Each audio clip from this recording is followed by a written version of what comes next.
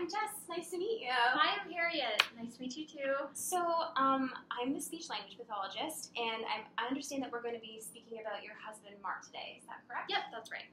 Okay, so it's really nice to meet you. Before we start, I'm just going to explain a little bit about how this interview is going to work. So, I'm going to ask you a few questions just to gain better insight into your husband's speech problems. Would that be okay? Yes, that's fine. Okay, great. So I see that you filled out the standard form that we sent home, and alongside that today, I'm just going to ask you to elaborate so that I can just get some more detail about the specific problems that he's having. So with that being said, what brought you in to see me today? Well, our doctor, Dr. Doolittle, suggested that we come see you. Mark had a stroke not too long ago, and he's really been struggling with his concentration. I find he also has difficulty with saying the names of people, places, things sometimes. I mean, he knows what they are, but he just can't seem to say them. Okay. And so when did his stroke happen? Do you remember what you were doing at the time? His stroke was this past June. We were making dinner at home, and he started to slur his words and seemed really disoriented. I knew something was wrong right away, so I called 911. The ambulance came. We were rushed to the hospital. Oh, I'm sorry. That must have been pretty frightening for you. Yeah, it was. So how long were you guys in the hospital for? Oh gosh, we were there. We spent 5 days there. Okay, 5 days. Now you mentioned that he was slurring his words at the time of the stroke. Do you remember what his speech was like after he had a little bit of time to recover? Well, he had a lot of confusion at first. He was able to talk a little bit right away. I think he was more in shock than anything else. Okay, and would you say that his speech is significantly different now than it was before he had the stroke? Well, I mean, he was always a quiet person, kind of introverted, but I definitely feel as though he has more trouble than before figuring out what he wants to say and getting it out. Okay, so while you were at the hospital, did Mark receive any type of language assessment while he was there? Yeah, we were told that he has moderate aphasia, Okay. but I don't really fully understand what that means. They couldn't really offer us any treatment because he was being discharged pretty quickly. I see. So would you like me to explain a little bit more kind of what aphasia is in a little bit more detail? Yeah, a clearer explanation would be really helpful. Okay, perfect. Yeah, I know it's really hard sometimes, all the information coming at you when you're in the hospital, and then when patients are stable, they have to be moved pretty quickly, so it's hard to kind of absorb everything that's coming at you in such a short period of time. That's how I felt. Yeah. So with aphasia, it's deemed to be a loss of language, typically caused by a sort of trauma to the brain, usually the language center. And so your husband's difficulties are probably a result of the damage that was done to his brain from his stroke. Although every stroke is different, so it depends on what area of the brain the stroke was in, but this could be kind of an explanation as to why your husband's having trouble naming things and concentrating. Does that help a little bit? Yeah, thank you. Okay, great. So before we dig a little bit deeper into my questions about his language, I just want to know a little bit more about his overall health. So prior to the stroke, what was Mark's health like? Well, things have been pretty good this year. He did have surgery for bladder cancer back in 2015, but that surgery was successful, and he's been in remission ever since. That's amazing. Although his kidneys have been giving him some trouble lately. Okay, so, all right, I'll mark that here. Now, are there any other health problems that weren't mentioned on the form that we gave you? Nope. We have his diabetes under control, and he is very compliant with his blood pressure medication. Great, all right, I see both those are listed here. Does he take any other medication?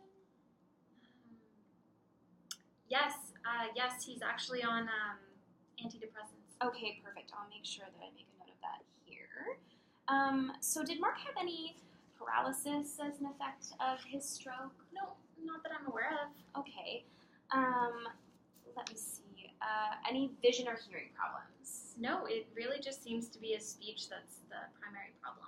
All right, so you mentioned your husband's specific language issues to me earlier, his word finding and his concentration problems. How do you find that these have been affecting your and his day-to-day life? Well, he hasn't been able to go back to work. Because he's not really able to concentrate on the task at hand. He's an art instructor over at Niagara College. Wow. And it's been really difficult for him, he found, to explain over the students while he's teaching. Colleagues also talk over him now, and he's just avoiding them altogether because he can't find the words that he wants to say, and he's really frustrated. I mean, that used to be his favorite place, and now he doesn't even seem interested in going back. See, that seems like it'd be pretty difficult for him. It really is, and he doesn't want to come out with me anymore because the loud noises are just too much for him, like in restaurants and stuff. He finds it overwhelming. Yeah, that must be a real adjustment.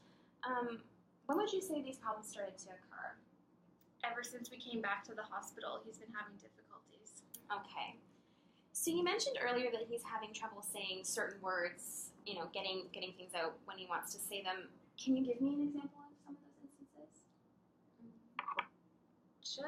Just the other day, I finally got him to come to the grocery store with me, and I was asking him what he wanted for dinner. I could tell that he had an idea of what he wanted to tell me, but the words just wouldn't come out. So I tried to get him to say it, but then he just gets frustrated when I didn't know what he was trying to say. He finally gave up and he pointed over to the roast chickens, and that's how I knew. That definitely would be frustrating, especially when it's something so familiar like grocery shopping with your wife, right? But gesturing and pointing can actually be great communication strategies. Have you guys been able to use any other types of communication as a form of alternative? Well, he's only been using gesturing sort of as a last resort when he can't find the words. But maybe using them more would cause less frustration on both parts. Sometimes he finds writing things down easier. Okay, that's great. Writing things down is actually an excellent strategy. It's really awesome that you guys are already finding ways to communicate through means other than words, especially when he's having that more difficult time. So have these problems in communication changed in any way over time? Gotten better? Gotten worse? Not that we've noticed. Well, he definitely has a harder time when he's stressed or gets upset when he can't say something, but the symptoms have been pretty much the same since the beginning. Okay. So you mentioned he has a hard time finding his words when he's stressed or upset.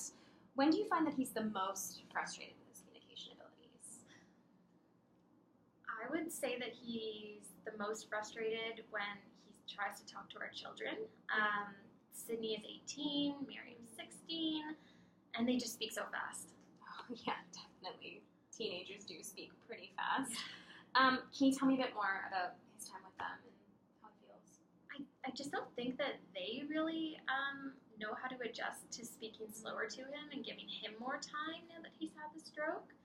They just expect him to answer right away like before.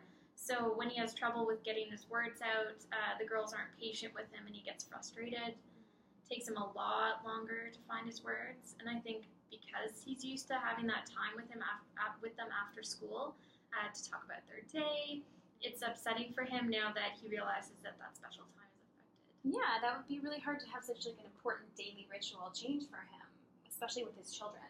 Yeah, he's been quite sad about it. Okay, yeah, it's definitely understandable. So how would you say the family is coping as a whole with his newfound issues? I would say that our family dynamic has shifted for sure. Mark is pretty down about his inability to communicate the way that he used to. And I'd say it's wearing us all out. Yeah, that's definitely understandable. Well, with that being said, what are some of your personal goals for therapy? What would you and Mark like to get out of this time that we spent together? I think giving Mark some strategies for word finding would be great, and maybe figuring out what he should do or say when he's feeling frustrated and can't concentrate. Yeah, for sure. I know that I would love to find some better ways to help him as well, to communicate, whether maybe trying to use gestures more or maybe other things. Yeah. I think Mark would like to try to get back to work, or at least try to find a way to maybe do art from home and incorporate that into his life. Okay. And definitely being able to communicate more with our girls. That's a must. Yeah, for sure. Well, those seem like great goals. I think we can definitely figure out a great therapy plan together. So that's kind of all that I need from you today. Did you have any other questions for me? No, I think that's everything. Thank you. Oh, you're so welcome. It was really great to meet you, and we'll be in touch about coordinating another